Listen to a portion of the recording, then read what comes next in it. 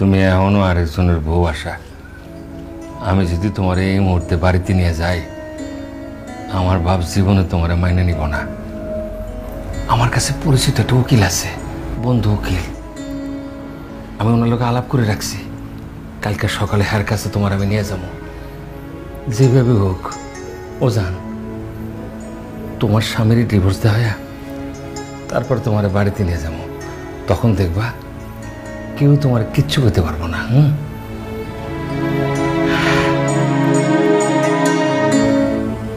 আপু আম্মু কোথায়?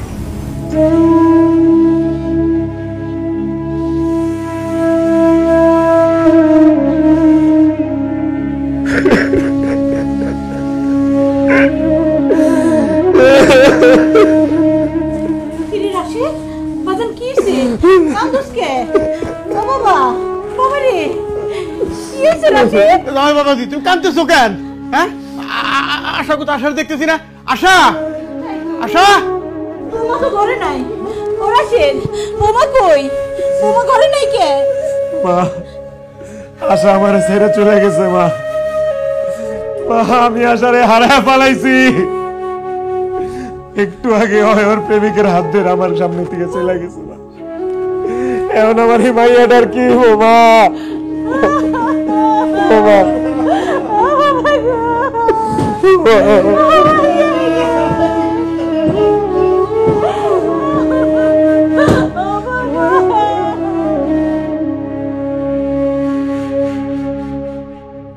আমরা কি এক রুমে থাকবো?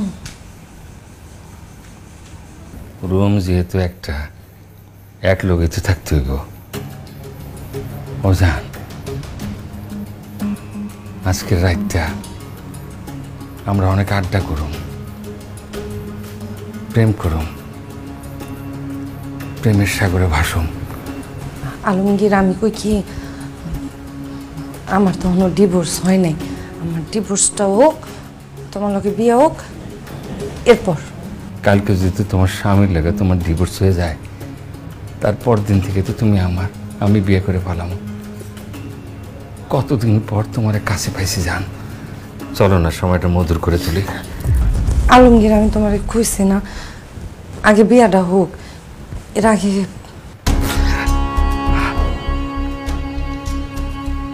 তুমি যখন আমার থিয়া অন্য একটা মানুষকে বিয়ে করছো, ওই লোকটার সঙ্গে সংসার করতেছিলা, ওই লোকটার সঙ্গে ঘুমাইছিলা, তখন আমার ভিতরটা কষ্টে ব্যথায় ভাঙিয়া পড়ে নাই, তুষের আগুনের মতো জ্বলে নাই। আমি সহ্য করছি না। একবার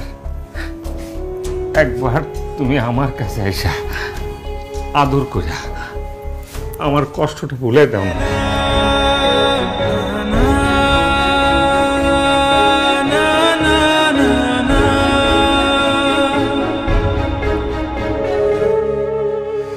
দাঁড়ায় গেল যে ভিতরে তো উকিল সাহেবের বাড়ি, ওনারের সাথে করে নিয়ে আসতে হইব না? ওনার চেম্বারে যাবো, তারপরে তোমার ডিভোর্সের বিষয় নিয়ে কথা কমো। আমি যাম না। অন্দরমহল তো এমনিতে, তুমি যদি যাও কি মনে করবো হেরা?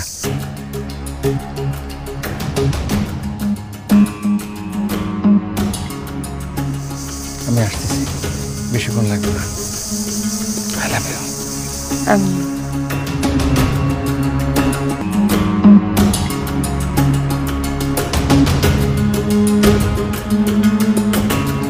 ভাইয়া, উকিল সাহেবের বাড়িটা কোন দিকে কইতে পারেন? আপনার কি মাথাটা ঠিক আছে? এটা হইতেছে পার্ক, আর এইখানে কেন আশেপাশে 10 গ্রাম পর্যন্ত কোনো উকিল সাহেবের বাড়ি নাই। যত সব পাগল ছাগল কই থেকে আসে। হ্যাঁ, হ্যালো।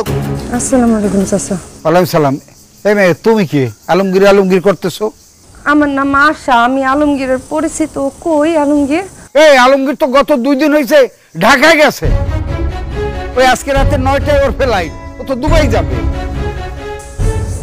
আজকে রাত 9টায় ফ্লাইট? মানে ও তো 2 দিন ঢাকায় আসছিল না চাচা, ও তো 2 দিন আমার লগে আসছিল। আমার লগে? এই মেয়ে, তুমি কে? তোমার সাথে আলমগীর থাকবে কেন? আমি আশা চাচা, আমি আশা। আমার লগে আলমগীরের অনেক দিনের সম্পর্ক ছিল। ও বিদেশ থেকে আমার লগে দেখা করতে আমারে কইছে, আমারে ভালোবাসে, আমারে বিয়ে করতে চায়। এই কথা কয়ে আমার জামাই সংসার ছাড়াইছে। আমি আমার জামাইরে চাইরাইছি, ছোট সন্তান চাইরাইছি, কইছে আমারে কইছে আমার জামাইর লগে ডিভোর্স দিয়া দিব, তারপর আমার একলা হলাই থিয়া আমার হায়া পড়ছে। আমি ইনে হুনিও বলে নাই। আপনি কি কোন চাচা? এই মহিলা, এই একদম ফালতু কথা কইবেন না। আলমগীর আপনার বিয়ে করবে মানে? আব্বা, এই মহিলা কি কয়? আমার স্বামী মোটেও এরকম না। আপনার স্বামী মানে আপনি কে? আমি কি মানে? আমি আলমগীরের বউ। আলমগীর বিবাহিত? খালি বিবাহিতই না, আমার একটা নাতিও আছে। এই নাতিরা কই? মনে হয় ওর দাদির সাথে ওই আশেপাশে কোথাও খেলতেছে। আমি এগুলা কি শুনতেছি? আলমগীর বিবাহিত, ওর বাচ্চা আছে, তাইলে আমি কে? আমি তো আলমগীরের লেগা আমার সহজ সরল জামাইটারে চাইরাইছি, আমার ফুটফুটে মায়াটারে আমি আলমগীরের লেগা চাইরাইছি। আপনারা কি কোন চাচা? আমি তো আর ফিরে যাইতে পারবো না, আমি আমার গ্রামে যাইতে পারবো না। চাচা একটা কাম করেন, বোন আমারে মাইন না লও। চাচা আমার আলমগীরের লগে বিয়া দিয়া দেন। আমি সত্যি এই ঘরে একটা কোনায় পড়ে থাকবো বোন। আমি তোমাকে সব কাম কাজ করে দেব, কিন্তু আমার তো যাওয়ার জায়গা নেই। আমার এনে রাখেন চাচা। সতীনের সংসার করবি মানে? তুই সতীনের সংসার করবি, আমি তো সতীনের সংসার করব না। এই আমি কি সতীন দেখাইছি রে? এই নিজের জামাই রাইখা বাচ্চা রাইখা অন্য বেটার হাত ধরে বাড়ি থেকে বাইরে যাস, শরম করে না তোর? বেহায়া মহিলা।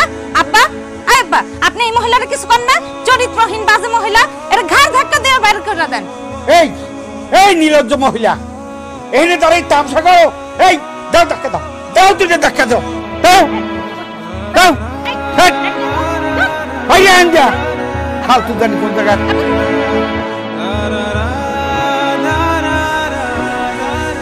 এত বড় ধোঁকা দিলা তুমি আমার আলমকে। আমার স্বামী, আমার আব্বা, আমার শাশুড়ি আমারে কত অনুরোধ করলো, বৌমা যাইও না। আমি আমার মাইয়াটার কথাও চিন্তা করি নাই আলমগীর। আমার কোনো মত তুমি রাখলা না আলমগীর। আমি কই যাব? নাও দাদু, একটু খায় নাও। না আমি খাবো না। একটু খায়ালো দাদু। এই তুই কে? আমার নাতনিরে ধরবি না? যা, এই ঘরে কেন ঢুকছস? আম্মা এটা তো আমার স্বামীর বাড়ি, এই জন্য আসছি। না, এটা তোমার স্বামীর বাড়ি না। যেদিন তুমি রাইতের অন্ধকারে তোমার প্রেমিকের হাত ধইরা এই নিষ্পাপ একটা শিশুর সাইরা তুমি চলে গেছো, সেদিন থেকে আমরা সবাই তোমার বউ পরিচয় মন থেকে মুইসা ফেলেছি। এখন তুমি এই বাড়ির কেউ না। যাও, এই বাড়ির থেকে চলে যাও, বাইরে যাও। আমি কোথাও যাব না। রাশেদ আলমগীর না আমার লগে টোকাবাজি করছে। সে আমারে ভালোবাসে না, সে আমার লগে বেইমানি কইরা বিদেশ গেছে। আমি কসম খাইয়া কইতাছি, আমি আর ওই বেইমানের নাম জীবনে মুখে আনবো না। আমার একটা সুযোগ দেন রাশেদ, আমি আপনার লগে সংসার করতে চাই। আমি বুঝে গেছি আমার আলমগীর ভালোবাসে না, আপনি বাসেন। আমারে মাফ করে দিয়ে একটা সুযোগ দেন রাশেদ। আমি তোমার এত করে কইছিলাম আমার ছেড়ে যাও না, আমার সংসারটা ফালায় যাও না, তুমি ওর কথা শুনো না। তুমি যখন আমার কথা শুনলে না, যেই বাপ তোমার জন্ম দিছে তারে দিয়া তোমারে কইছে, পুরো এলাকাবাসী গ্রামবাসীর দিয়ে তোমারে বোঝানোর চেষ্টা করছে, তুমি কারো কথায় পাত্তা দাও না। তুমি আলমগীরে ভালোবাসো, আলমগীর তোমারে ভালোবাসে, সেটা যাই না আমি তোমার আলমগীরের হাতে তুলে দিছিলাম। বিশ্বাস করো আশা, ওই দিন আমার বুকটা ফাইটা গেছিল, কলিজাটা টুকরা টুকরা হয়ে গেছিল। আমার মাইয়াটার মুখের দিকে তাকায় আমার মনে হয়েছিল যে মাটি দুই ভাগ হয়ে যাক, আমি মাটিতে ঢুকে যাইগা। তারপরেও তোমার সুখের কথা চিন্তা করে আমি তোমার ভালোবাসা মানুষের কাছে তোমার যাইতে দিছি।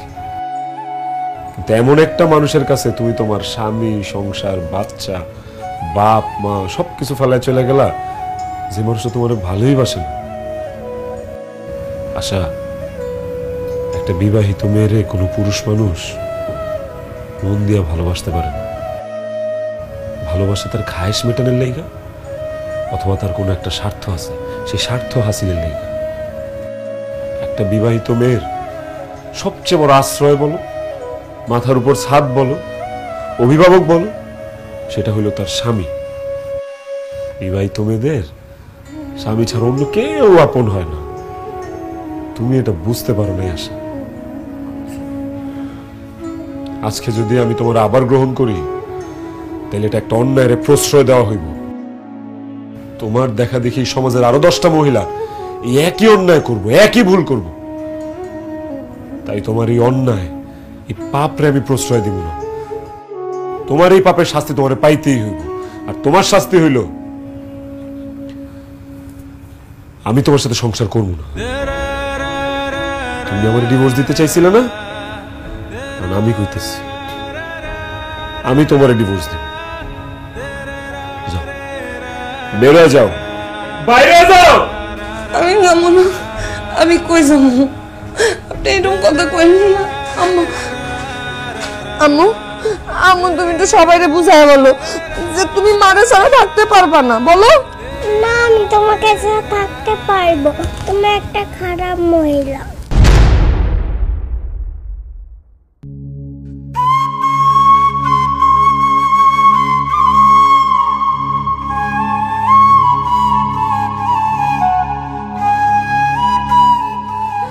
আব্বা, আমার এই দূরের মাইয়া আমারে কি করলো আব্বা? শুনছেন, আমার তো কোথাও জায়গা হলো না আব্বা। তুমি তো আমারে ছোটবেলাতে লালছো, পালছো, খাওয়াইছো, জন্ম দিয়েছো, সব করছো। আমার তো আর থাকার কোনো জায়গা নাই আব্বা, আমার একটু আশ্রয় দিবা? আজকে এখন থেকে ধরে নিতেছি আমার মাইয়া মারা গেছে। আমি সন্ধ্যা জানাজা পড়ামু, সমস্ত গ্রামবাসীর দাওয়াত দিয়ে আমি 40 খাওয়ামু। আমার ভাই তো নাই, তুমি কেরা? তোমরা আমি চিনি না। যে মেয়ে একটা সংসার ভাঙ্গে তস্তস করে পর পুরুষের হাত ধরে চলে যেতে পারে, সেটা তো আমার মেয়ে হতে পারে না। হ্যাঁ, আমার বাড়িতে আশ্রয় যত দূরের কথা, আমি বাপ হিসেবে তার পরিচয় কোনোদিন দিব না। আমি কোনোদিন কব না সে আমার মেয়া। বাইরে ওই বাড়ি থেকে বাইরে করতেছি, বাইরে। বধু তোমার আমার এই যে বিরহ, এক জনমে নহে, এক জনমে নহে। তাই যত কাছে পাই তত এহিয়ায় কি যেন ভাব রহে। তোমার আমার এই যে বিরহ। আচ্ছা, তুমি এখন থেকে যেইভাবে চাও আমি সেইভাবে চলবো। তুমি আমার কাছে যা চাও আমি তোমার সব দিব। তারপর তুমি আমার এইভাবে ফালায় রেখে যাও না, এই বাচ্চাটারে ফালায় রেখে যাও না। আপনি বুঝার চেষ্টা করেন, আমি তো আপনারে ভালোবাসি না। আপনি আমার ছাইরা দেন, আপনার আল্লাহর দোহাই লাগে। আমি সবসময় তোমার এই হাসি মাখা মুখটাই দেখতে চাই। বিশ্বাস করো, তোমার মলিন মুখটা আমি দেখতে চাই না, আমার ভালো লাগে না। তুমি যেহেতু আলমগীরের সাথে সুখে থাকবা, ভালো থাকবা, আমি নিজে তোমার আলমগীরের হাতে তুলে দিই। একটা বিবাহিত মেয়েরে কোনো পুরুষ মানুষ মন দিয়া ভালোবাসতে পারে না। ভালোবাসা তার খায়েশ মেটানোর লাইগা, অথবা তার কোনো একটা স্বার্থ আছে, সেই স্বার্থ হাসিলের লাইগা। মোদের জীবন মঞ্জুরি দুটি হায়, শতবার ফোটে শতবার ঝরে যায়। আমি কাঁদি ব্রজে বধূ, আমি কাঁদি ব্রজে। বাপেরও সারানোর কথাটা আজকে বুঝতে পারলাম। আমি যা ভুল করছি, যা পাপ করছি, আমার শাস্তিটা তো এরকমই হওয়ার কথা ছিল। হায় রে আমার কপাল।